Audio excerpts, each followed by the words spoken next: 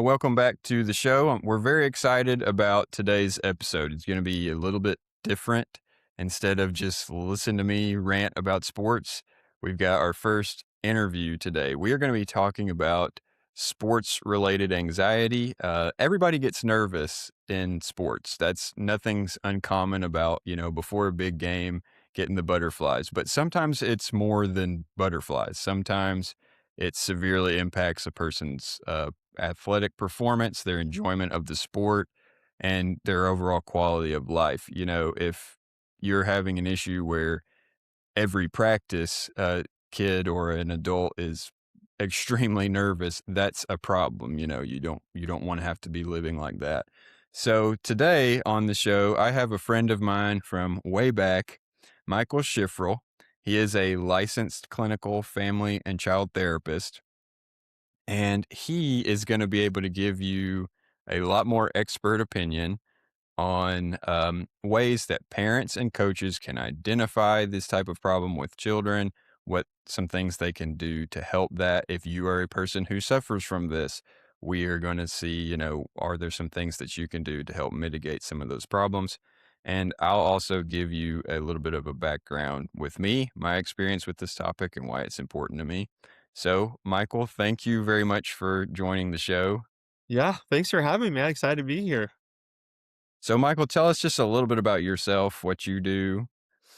Yeah, so like you said, I'm a licensed marriage and family therapist in Kansas. I own a small group practice called Trailhead Counseling Services. And so we specialize in working with men with a variety of mental health disorders. PTSD, OCD, and anxiety are a couple of them. So yeah, have some experience working with people with sports related anxiety. But like you said, definitely can have a big impact on people. So glad I'm here to able to talk about the experience of it. Well, we definitely appreciate you being here. Michael's a good guy. I met Michael back in college.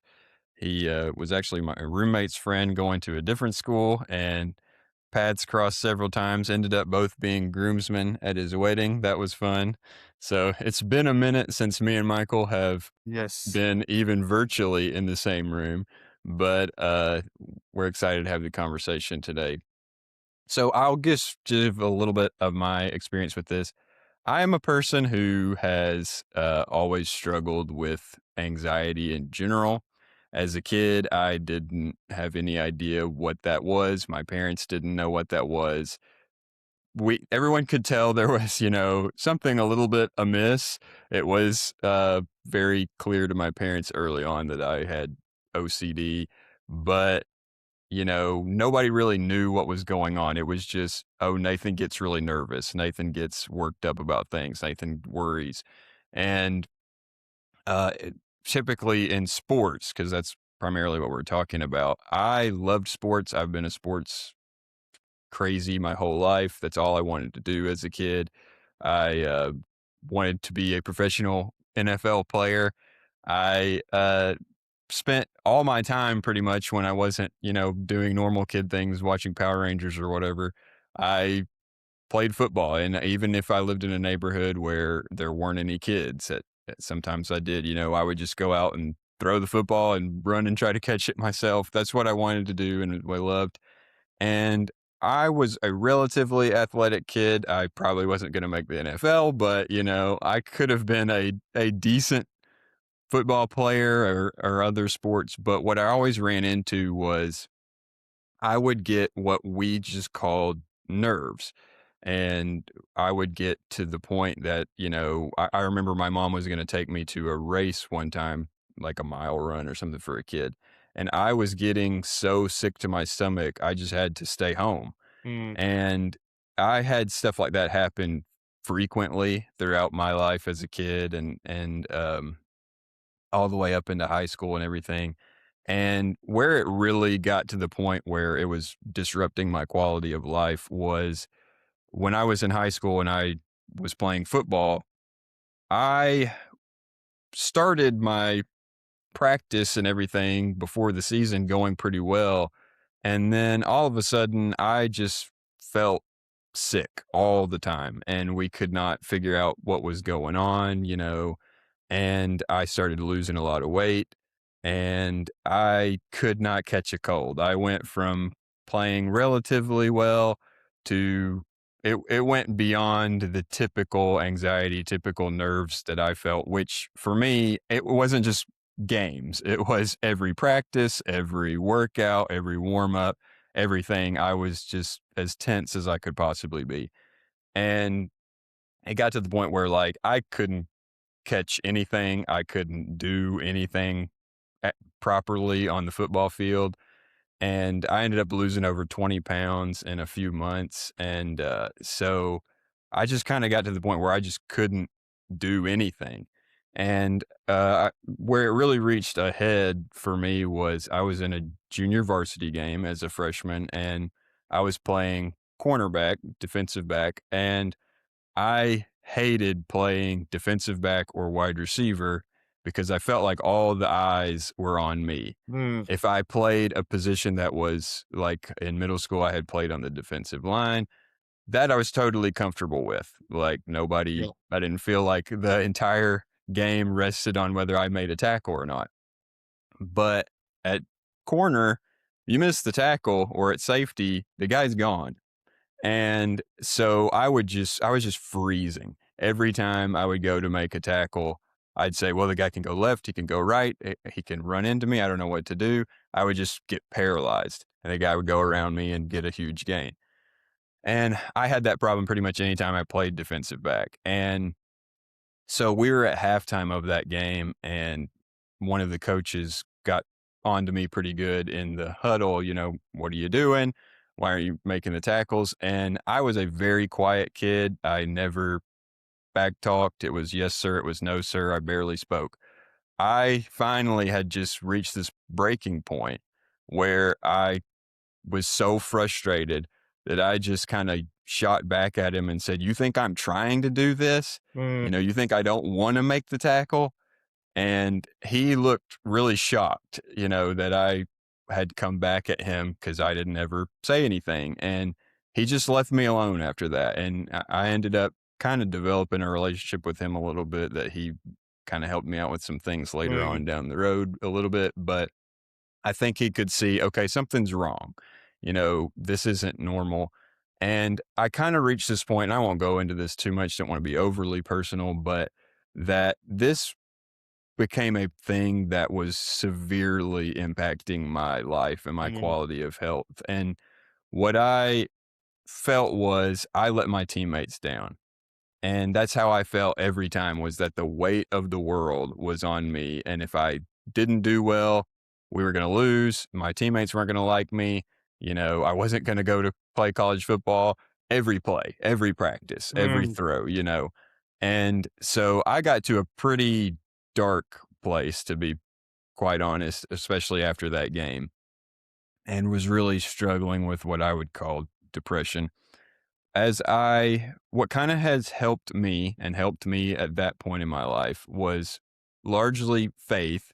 Uh, really rediscovered Christ, really changed my life as a freshman, sophomore in high school. That helped me with a lot of things. It did not make anxiety go away. It did not make sports anxiety go away. It just made me have purpose and perspective and more joy.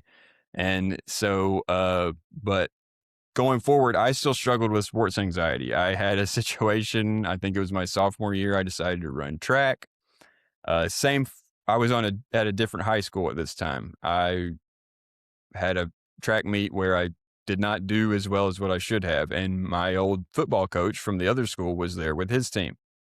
He came up and said, "Hey, my coach from my school was trying to talk to me, and he said, "Hey, what's going on, man?" He's like, I know you're faster than that. What's going on?" And, I just told him, "I don't understand. I cannot run as fast as I can in a track meet. What is going on?" And I never got that figured out.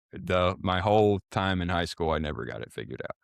But I also, I had a situation where I dropped a baton in a relay. Well, you're out if that happens. And so my coach was talking to me after the meet about it. And we were just in a restaurant after the meet, and I was about to just burst out in tears in the restaurant as like a 16-year-old Yeah. guy.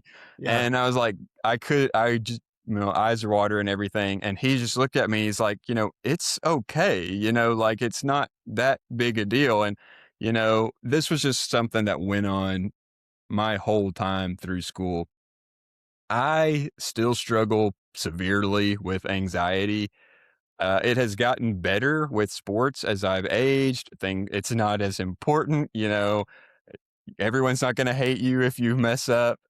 And, I'm not trying to be a professional athlete anymore. So there's a lot less pressure. And I don't struggle with it near as bad, but just as a person who struggles with anxiety in general, sometimes I play an ultimate frisbee league. Sometimes I get really nervous just to go Yeah. play pickup ultimate frisbee or whatever. But that's more a general anxiety thing. So what's helped me is getting older, having more confident situations where I'm like, hey, I can do this, and it's not that big a deal if I mess up. No one cares. And so I do want to tell one other story. I'm taking a little bit too much time Nope. with myself here. This is giving us a lot of good things to talk about, man. You're it's totally fine. Yeah, a little context. You're Yes. someone who has these maladies, I guess. But so I have with me, this is a professional football player's glove from the Atlanta Falcons. Wow. When I was in middle school, indirectly, really, I got this at a game from one of the players. Dang. Um, so in my freshman year I couldn't, my hands were bricks, which was frustrating because me and my dad, I tried to get my mom, any friend I had, even friends who didn't like sports, just playing by myself. I was working on catching the football constantly as a kid because of how bad I loved football and how bad I wanted to play college and pro football. I could catch. I had good hands because I had been doing it my whole life. But in practice, game, whatever, didn't matter. I couldn't catch anything. So finally, we decided I got to try something. And this was before, kids were wearing, $50 Uh-huh. football gloves and stuff all the time. And so we said, hey, we'll try the NFL gloves that I got from the player. Maybe that'll help. Well, it did. I felt a little more confident. I felt a little less anxious. And when me and my dad were warming up, throwing, before practice, before a game, I was making more catches. So I was like, okay, maybe this will work. The problem was, they're made for an NFL player, not a 14-year-old kid. And so they were way too big. Huh? And, my fingertips weren't reaching the ends. They were baggy. And so I was in a junior varsity game, and no one was covering me on a play. There just was no one there. And so I just looked over at the quarterback and he looked over at me. And instead of running the route I was supposed to run, I just like took a step, turned around, he threw me the ball. I caught it. So awesome. Finally made a catch, and so I take off running, and I was pretty fast at the time. So no one was going to catch me. Well, I'm about 20 yards down the field, and I totally lose the grip on the football because I No. have these gloves. The Oh. ball, I'm not kidding. I should have had a football here. Ball flies up in the air. If you've ever seen the play, I believe it was maybe the 2007 AFC Championship game where the Colts came from way down against the Patriots. Reggie Wayne had a play like this. Ball just goes, and he had to wait for it to come down.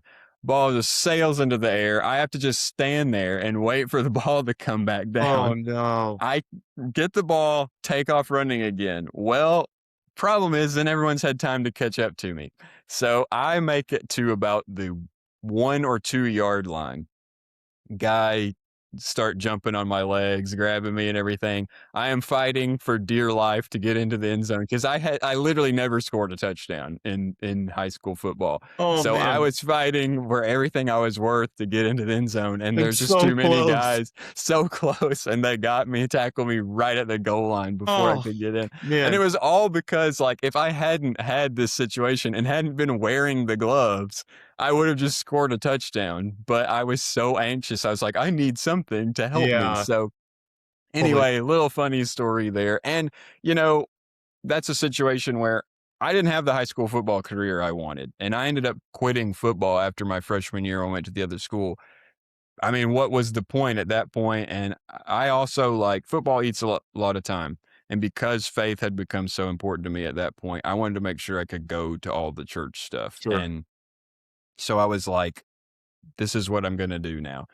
So, anyway, but I coached a flag football team for a while with little kids, upward flag football, Oh, wow. which that's some of the most joy you can have is to see your players do well. But I had a kid who was a really good football player, but he just could not score a touchdown. He would always get caught right before he would score. He was really quick, but he maybe wasn't the fastest straight line Mm, speed kid. And he was really discouraged about it. And they thought I was a great athlete because I was in high school and they were, 8 years old or whatever. And I was able to take him aside one day and say, you know what? I never scored a touchdown in football my whole career. And he was like, really? And I was able to talk to him and encourage him. So that was the thing. that's Obviously, so I would good. have liked to have scored a touchdown, Mhm. but it was able to help a kid later on. Not everybody scores all the points. That doesn't mean, it's not fun or whatever. Yeah. So anyway, that's me. Now you've heard way too much about me for the last 10, 15 minutes. So now I'm going to talk to Michael and we're going to ask some questions, get Michael's feedback on some things. I got my list of questions here. So, my first question for you, and I think you would be able to really speak to this, is how can parents and coaches see when a kid is or player is having more than just being nervous? And I say this in the like what we talked about. We did not figure out that I had anxiety until I was in college. We didn't even Mhm. know what that was.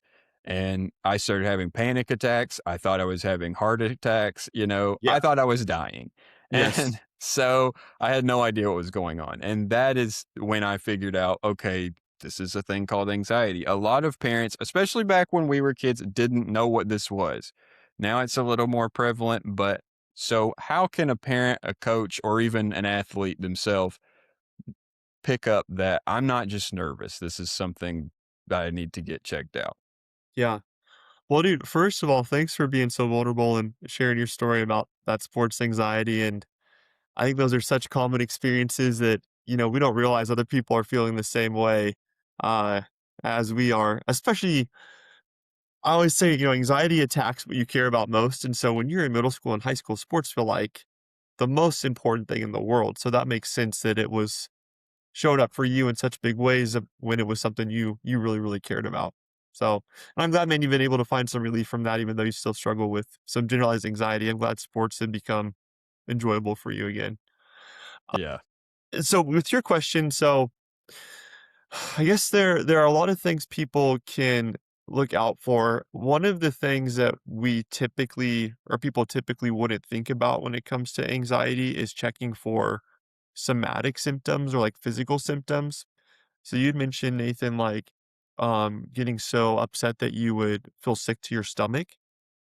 So that's a really common symptom of anxiety. So like unexplained nausea or GI issues, um, chronic like soreness or pain beyond like normal like muscle soreness. So if a kid is constantly tense or tightening their muscles because they're anxious, that could make them kind of chronically sore.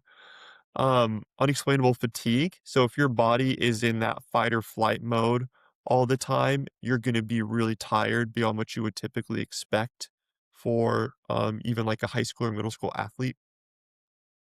Then also like changes in relationships.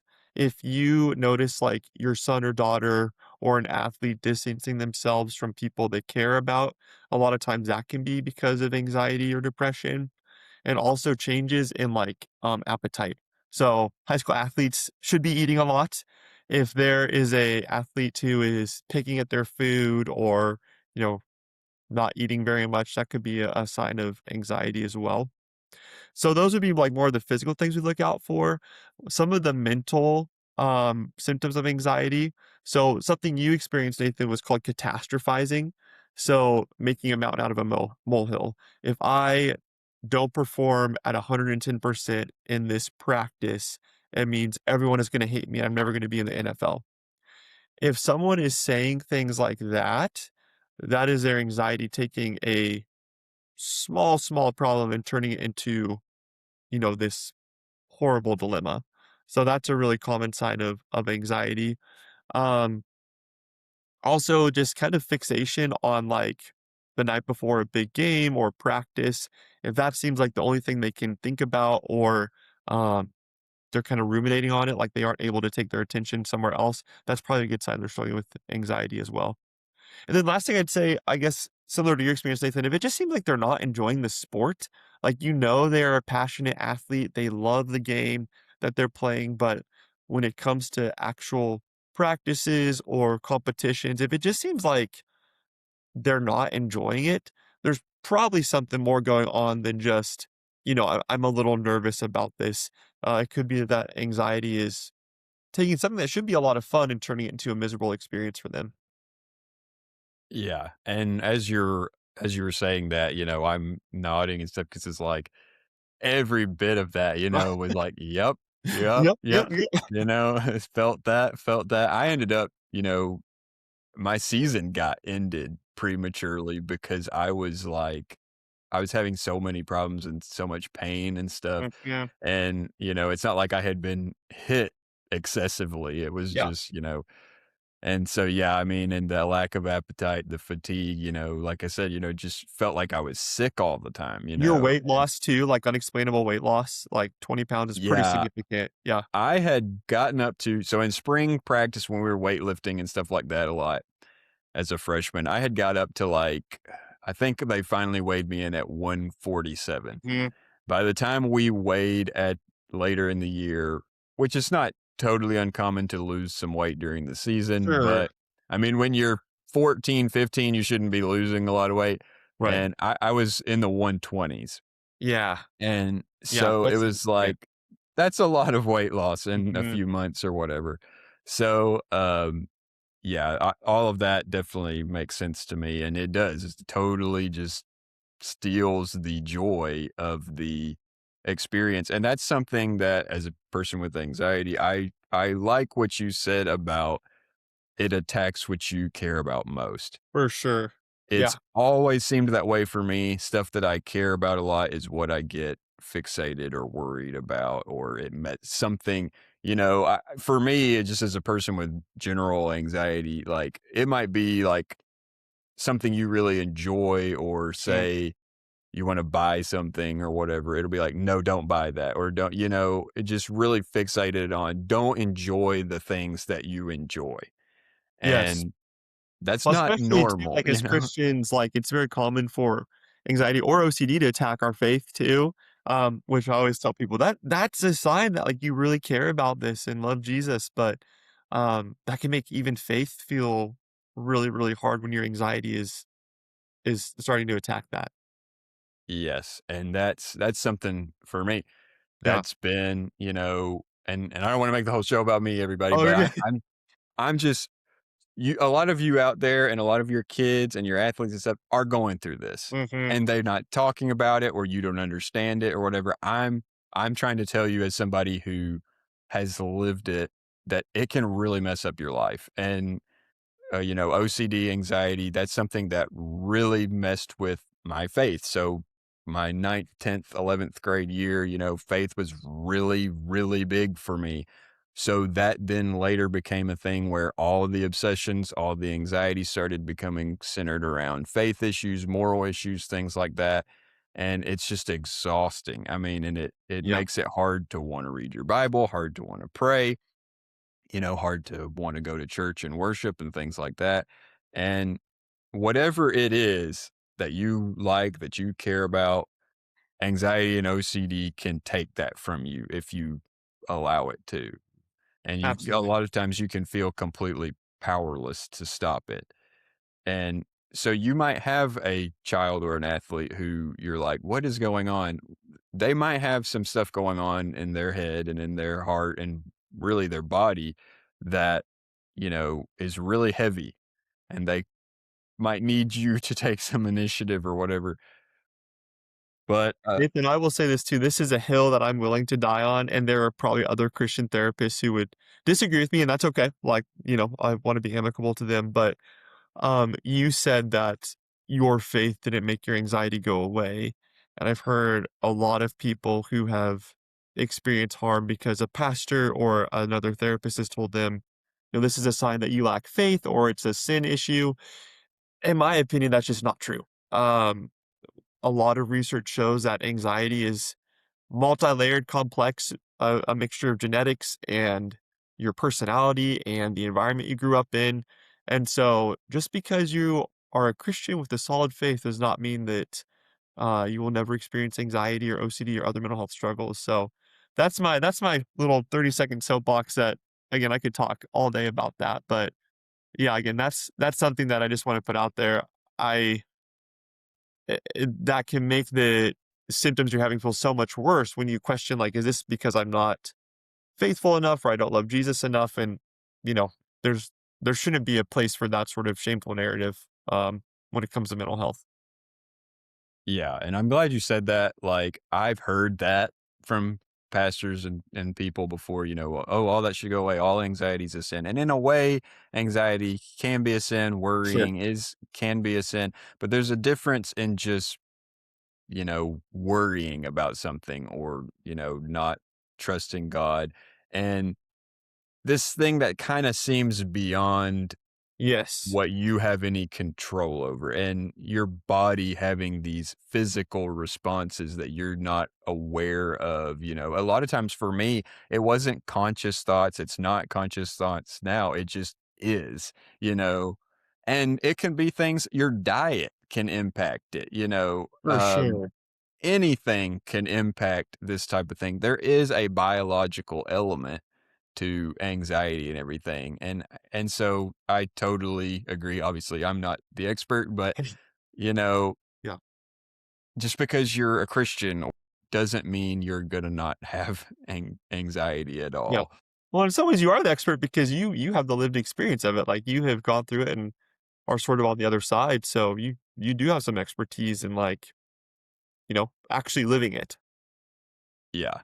And it can be really easy to let it dominate your life. I mean, for me, I probably have let it do that way too much in Okay. my life. And I've gotten a lot of times where I just avoid things because it's easier than, having a panic attack or, Yes. feeling anxious or whatever. And, so that's something, you have to be aware of and keep an eye out with, I would say, probably with your kid. If your kid is avoiding things, not wanting to be involved in group activities or things with their friends or things they used to like, that could signal that something's wrong. Yeah. Yeah, anxiety always makes us wanna avoid the things that bring up anxiety, and that avoidance brings about some temporary relief, like, it feels better to not confront that thing in the moment, but long term, it reinforces that that situation is actually dangerous, and so the next time you encounter it, it's gonna be even harder to do it, and so, um, yeah, that's why we typically encourage clients with anxiety, like, don't avoid the things that make you anxious. Bite them or confront them in small chunks too, like, you don't have to do the big scary thing all at once, like, work your way up to it, but, um, even though it feels better in the moment, avoidance is gonna make your anxiety way worse in the long term. Yeah.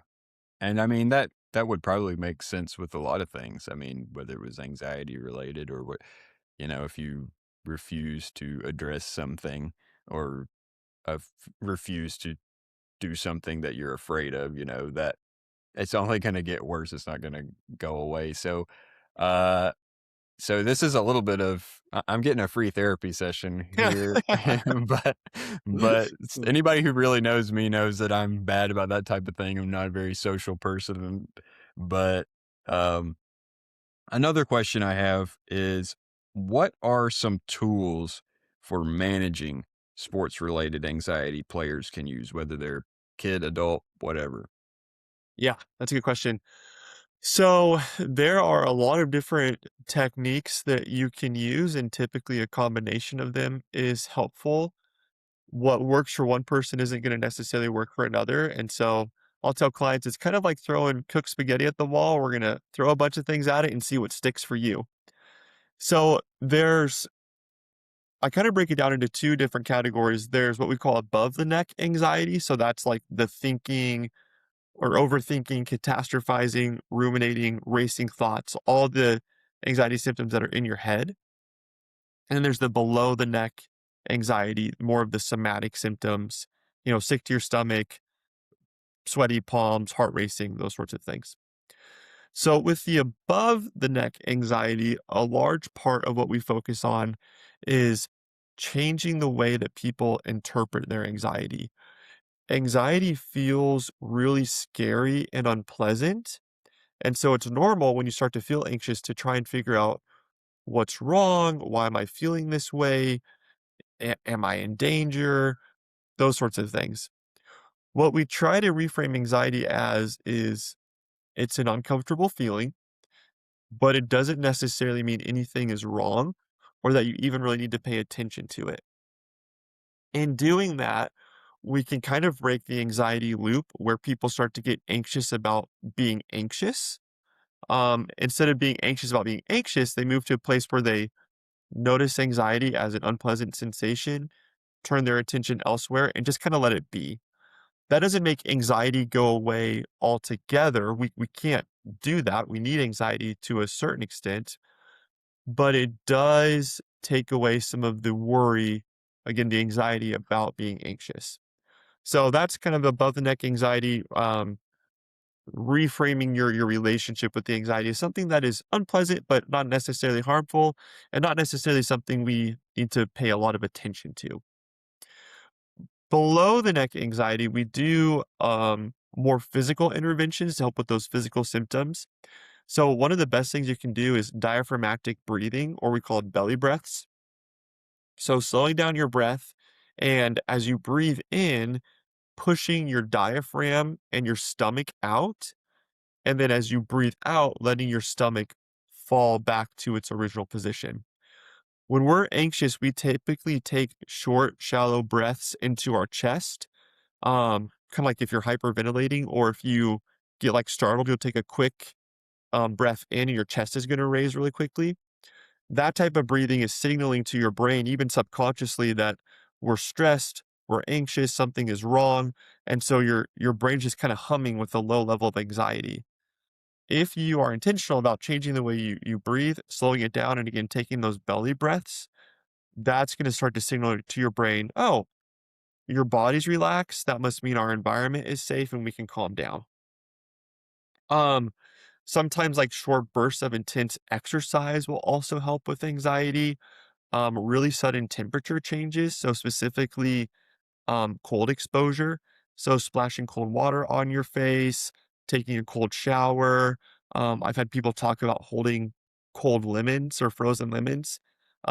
Shifting from, yeah, kind of that hot to cold can almost kind of jolt your body out of that physical sensation of anxiety. The last thing I'd say too is like just relaxing your muscles. Similar to your breathing, if you are walking around with really tense shoulders or a tense neck, that's going to send those subconscious messages to your brain that you're anxious.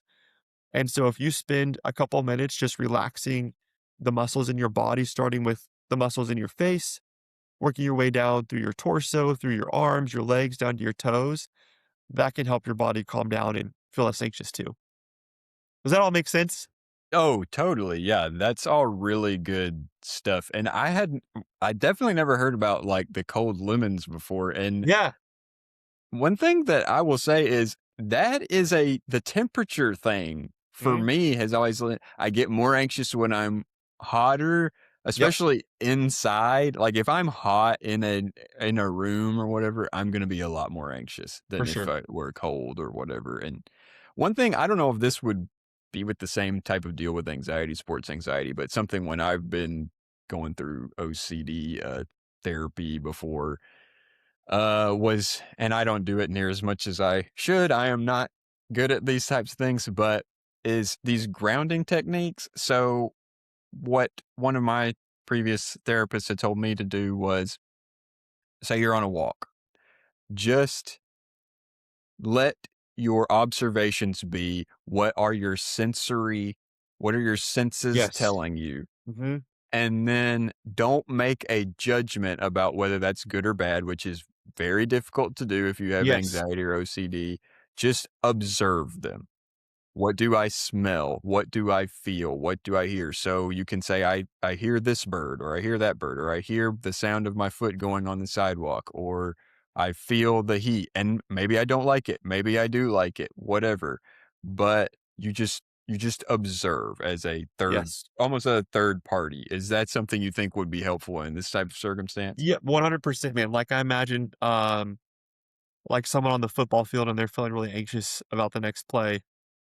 As you're walking to the line from the huddle, just notice, what do I see? What do I smell? Can I smell the turf or the grass? I feel the sun on my skin. And the key is, like you said, not to make judgments about those things. The the judgment is where we can feed the anxiety loop. Whereas if we just accept it as this is what it is, that helps pull your brain out of that anxious space into more of a place of acceptance of this is what I'm experiencing right now. It's not good or bad. It just is what it is. Yeah. And I think that's a lot of it, like you said, it once there is anxiety, it feeds on itself. And even if you Yes. recognize that you're anxious, that might be another thing to feed on itself, which generally speaking, I would say it's probably good to say, I'm anxious. This is not, I'm not having a heart attack. I have no history Yes. of heart problems, like this is, the one thing I didn't say that would be really good for the sports anxiety when I started running track. Okay. So before the season had even started, I started having all kind of chest pain, Yeah. and I had been running my whole life, it's not like I had a heart problem or anything like that. It got to the point where I had to go to my coach after a practice and say, um, "Look, I haven't said anything about this. I'm having chest pain and stuff, and I need to." So I went, got the EKGs Uh-huh. done, got, an ultrasound done, and they couldn't find anything wrong. They were saying, well, on your EKG, we are definitely noticing what looks like an arrhythmia, but it doesn't look like it wasn't a structural thing. It Yeah. was my anxiety. And so, like, they had me wear a heart monitor for a month, and I was all hooked up and everything. Yeah. And it turned out, you don't have a heart problem. But that didn't stop me from different times in my life being like, "Oh, I'm having a heart attack." You know, Really, man. it feels awful, you Yes. feel like something's really wrong, but you do have to, think about things. Like I would say, like, for me, one of my big ones is, "Oh, I'm getting sick." I need to get out of here because I'm feeling sick. And it's like, how statistically speaking, how many days of your life are you really ill? Mhm. Mhm. Not very many. And yet for me, it's like every day, I don't feel well. That's Yes. probably not an illness. It could be, you don't have control over all of that, but most of the days of your life, you are not sick, you Yes. know? And so I don't know if that's helpful or not, Yeah. but something you can talk to yourself about, Yeah. try to calm yourself down. But You were spot on, man, when you say, like, it's okay to name anxiety. Like, we don't want to deny what's happening because that creates a whole different set of problems with, denying your feelings, and that is never helpful. But just, yeah, naming it like, "I'm anxious," and that's okay. We'll use an analogy sometimes of, like, an unwanted dinner guest. Like, you imagine you're having a dinner party and someone who you find annoying or unpleasant shows up.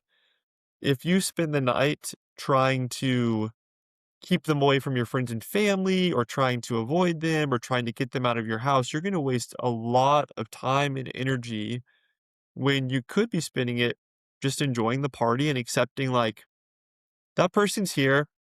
I don't like that they're here, but I can tolerate that they're here," and then just enjoy the rest of the night, if that makes sense. yeah. And something I think would be relevant for this discussion, especially with kids, high schoolers, stuff like this. One of the things that I struggle with, and I haven't really talked to people about this much, or really, something I'm still figuring out and working through, is a lot of my anxiety is around being embarrassed. Mhm. And or being embarrassed in front of people, something bad happening or me messing something up in front of other people. And something that I'm having to work through and learn, and what would might be helpful is s- there are probably going to be embarrassing things that happen to you in your life. There is no way to completely avoid all that. Guess what? Embarrassing things happen to everybody, and everyone gets sick. Everyone messes up at some point. Your friends, if they are real friends, are not going to not be your friend anymore because you messed up on the football field or you got sick and had to go home Mhm. or anything like that. Everybody understands that that's something that happens. And, sometimes I think of it as like, how would I react if this was another person who did this or whatever? If I was an athlete and my teammate dropped a pass, I would not come over there and berate them and say, I hate you. You're not my friend. You blew the game. That's not how most athletes react. That's not how most people react to situations. You would comfort that person and say, hey, it's okay. We all mess up. But when it's you feel like everybody is going to be mad at me or, oh, this is so embarrassing or whatever. And you could argue in some ways that's an egocentric way of looking at things. The world doesn't revolve around you. You're not the main character, and everything that you do is not world defining. Yes. It Yes. really isn't. And so that's something I'm having to work through. And if you're an athlete or know an athlete or whatever, if they drop a pass, it is not the end of the world. Mhm. You know, it's really not, and it's hard to get that through to somebody, Yes. but That's where, man, sometimes with anxiety, like, yes, our thinking is very, very helpful. And sometimes we just have to do the thing that we're scared of to teach our brain that it's not that big of a deal, or that we can really handle like the worst case scenario. So, and this also brings back kind of that piece of avoidance. So if you are an athlete who is so anxious about dropping a pass and you work so hard to make sure you never drop a pass at all, your brain is going to continually tell you it is going to be life ending if you drop that pass because you're working so hard to reinforce it. You're like, yes, I agree. I'm going to do everything in my power to never drop a pass. What would actually, it sounds counterintuitive, but be most helpful is for you to drop the pass, feel the anxiety and the discomfort that comes with that. And then through that, learn, hey, I can tolerate this feeling of dropping a pass. And also, the worst case scenario that I thought was going to happen didn't. Does that make sense? yeah, yeah, Exposing ourselves to the thing we're afraid of and confronting it a lot of times is where we start to find some relief from that anxiety. yeah. And, if you are a teammate and you don't have this problem, or if you're a coach and this is not your issue, this is something that an athlete who is dealing with this, they need you to not criticize them. They For need you to sure. not, you know, ostracize them of, oh, so and so ruined the game for us or whatever. If you do that, you are feeding that it's going to get worse. Yeah. Well, I think about And your coach who, in that middle school or high school football game, who's like, "What are you doing? Like, why can't you tackle?" It's like, that is not what you needed to hear in that moment. I'm sure he was coming from a well-intentioned place, like, a very normal thing for a coach to say, but you probably needed someone in that moment to say, "Hey, man, like, we love and care about you no matter what happens. If you miss every tackle the rest of the game, like, you are still okay." yeah. And so in that situation, and I won't get into it too much, but like I'm probably 14 years old. When you're at that age, everything feels huge and For there's a sure. lot of emotions and there's hormones and there's anxieties. And Um, that was a day I have never forgotten the rest of my life, how I felt after that game and how just sick with myself I felt about letting my teammates down. And I was talking on Facebook with one of them after the game, and you know, it was reaching, I don't want to get into this too much, but it was reaching dangerous levels. of depression, of guilt, of, over something as simple as missing some tackles. And that is a weight that you wouldn't think a kid has from a Mm. high school football, especially a junior varsity high school football game. They they do, because everything's a big deal then. Everything's the end of the world. They can't see that, oh, I'm gonna live to be whatever age and a Yes. million different things are gonna happen. All they can see is that right then. And telling And them too, like, "This is not that big of a deal," or, "Oh, 5 years from now, you're not even gonna remember this." mhm. Probably is not what they need to hear either in that Yeah. moment, because they just don't have context for that. Mhm. Well, it's kinda like if you tell a kid they're 15 years old and you're like, "Hey, this is probably not the person you're gonna marry." It's not they're just gonna go, "No, I love this person. I will die for Yes. this person, this is the end of my life." Yeah, And, you you can't really do it that way. I remember I had situations where my sister would tell me something, and I would just be like, do the complete opposite because it was my big sister for telling me, sure, for sure. and she was right, and she's gonna love hearing that. But, so, well, I'll go to the next question so we don't run out of time. Okay. Is sports anxiety, this is one I've been thinking of a lot, different from other types of anxiety issues? Is there a way to identify it as different, or is it really just another aspect, another manifestation of a general anxiety issue? Yeah, that's a good question. I mean, I think it the way that we would approach sports anxiety, the way we treat it is similar to treating other types of anxiety. The same sort of exposures, coping techniques, cognitive reframing. So in that sense, it is similar to other types of anxiety. Where it might be different from, like, say, generalized anxiety is where you are just constantly having this low hum of anxiety and you are, always more anxious than calm. Sports anxiety is more just context, and they could coexist at the same time too. You could have both. So that would be, like, the one key difference is sports anxiety is a very, like, focused type of anxiety. Generalized anxiety is more, I'm anxious about everything in life in general, but treating them would be very similar. Okay. And probably someone who has one is gonna be more susceptible to the other. It's I would say it's more likely that they kind of co-occur than for one to be exclusive, if that makes sense. Yeah. And I would venture to say if someone's had an experience where maybe they messed up or something in a sport, you missed a shot, whatever, that that would then lend itself to possibly becoming an issue of sports anxiety or For sure. whatever. Yeah, That I played up I've never been a good basketball player. I played upward basketball in middle school, and then when I was in high school, me and one of my friends spent, like, every day of the summer for years playing basketball, and I never got very good at it. I'm just not a good basketball player, yeah. but I was good at defense, and so, like, in Upward, I would play great defense, get a steal, go taking off down the court, and I would get down there and look at the basket, there's Oh, nobody in front of me, and just fling it, and the wouldn't go. I would barely ever scored any points oh, because I would be so, like, anxious about it and dude, when I everything, played but basketball, the worst feeling was when I got past the ball, like, "What am I supposed to do with yeah. No, this?" no, you take it. I don't Yeah, please don't throw me the ball.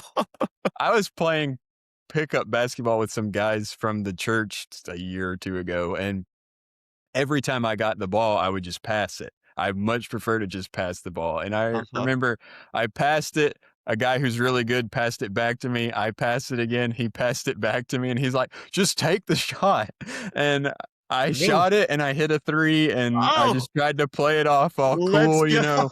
but really I was like, "I hit it," but, Dude. That's so funny, man. I don't know what this says about my psyche, but I'll occasionally have a dream that I'm back in high school playing basketball, and that same feeling of, "Oh, no, I have the ball, what am I supposed to do?" And just find an open teammate and pass it to him and, try and avoid getting past the ball again. Yeah, Mm. and basketball it is. It's kinda like, a wide receiver or on a kickoff or anything. It's just like everyone's looking at me, For sure. Um Yeah, that for me, dude, I don't understand, and someone could probably have a field day with this. One of the things that I dream about the most often is high school football. And I played middle school for a couple years, I played high school for 1 year, and I dream about that all the time. And Wow. I guess it's Wow. probably something of like, I wish I could go back and play Yeah. and not be a basket case. But, Sure. like, Sure. but okay, so here's another question I had. Are there helpful and unhelpful, we talked about this a little bit, things to say to someone who's struggling with sports anxiety? Okay. So are there helpful and unhelpful things to say to someone with sports anxiety? Um, Unhelpful couple ones would be just get over it. It's all in your head. It's not that big of a deal. Trying to rationalize it. A lot of times with anxiety, people can think rationally about it, like understand, I know this isn't that big of a deal, but my body is responding as if it is like life or death. So those sorts of things, again, very well intentioned, but they don't really help people with anxiety. They know those things typically already. And so that just kind of creates a cycle of shame where they're like, well, great. I know I'm not supposed to feel this way, and I can't stop it. And so I'm a loser because I have this. What is typically more helpful is some of the things you were saying, Nathan, is like expressing like acceptance for them, like, hey, we love and care about you no matter what. Sometimes just shutting your mouth and listening is the best thing you can do. Um, Sometimes people just need you to like be with them in the middle of that. There's nothing you can really say to make it go away, but helping them understand like you're not alone and whatever you're carrying is the best thing you can do. I do think too there can be usefulness in sharing your experience of anxiety like you did with your player when you coach upward football. What you don't want to do is share your experience and then turn that into a conversation about yourself. Because I've seen that done before where, yeah, very well intentioned, trying to relate to them, and then suddenly it becomes a discussion about this is my anxiety. If you share, make sure that the focus gets turned back onto them. Yeah. Well, I know you need to hop off. Do you Yeah. have time for one more question or do you Yes, need to for go? sure. Okay. The last question I had, and this is not really even sports rank anxiety. This is in general, and this is not a Christian show, but you and I are both Christians, and so this is a question we might have here.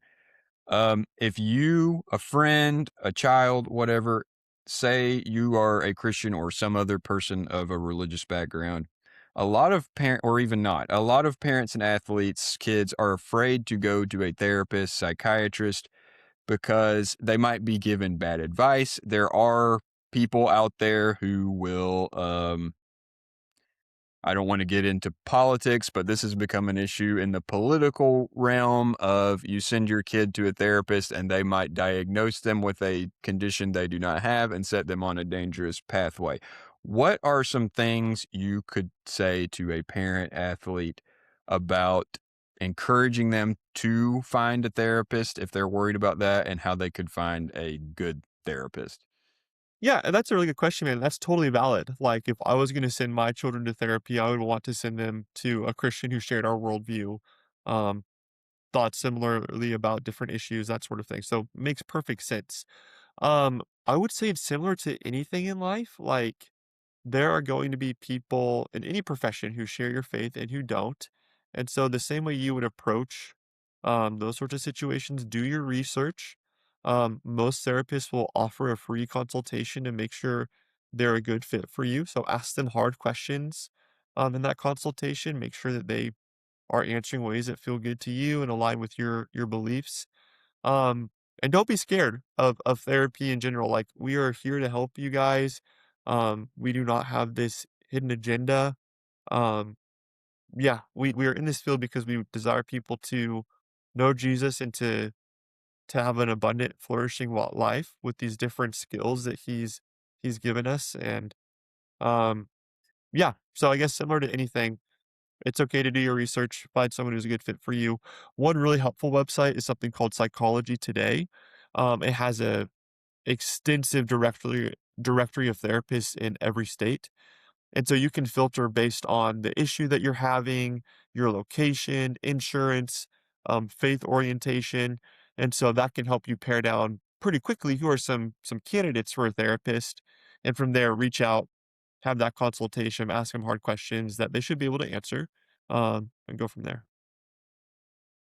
That's great stuff. I know you got to hop off here. So, Michael, thank you so much for joining Yes, us. Michael is thanks our for first having me, man. guest, and it's going to be hard to top you as a guest going forward. Oh, thanks, dude. So, really appreciate it and what you're doing. And hey, shameless plug, give the name of your organization again one more time. Thanks, yeah, it's Trailhead Counseling Services in Overland Park. Overland Park, Kansas. Yes, So, sir. if you are in that area, that's a used to be my neck of the woods for a while. Check him out. And so thank you, Michael. Appreciate you being Thank you here. for having me, man. Yes. And anytime you want to be on. And thank you if you made it this far through the episode. Thank you for watching. Be sure to subscribe. We'll have more content coming out. So thanks, guys.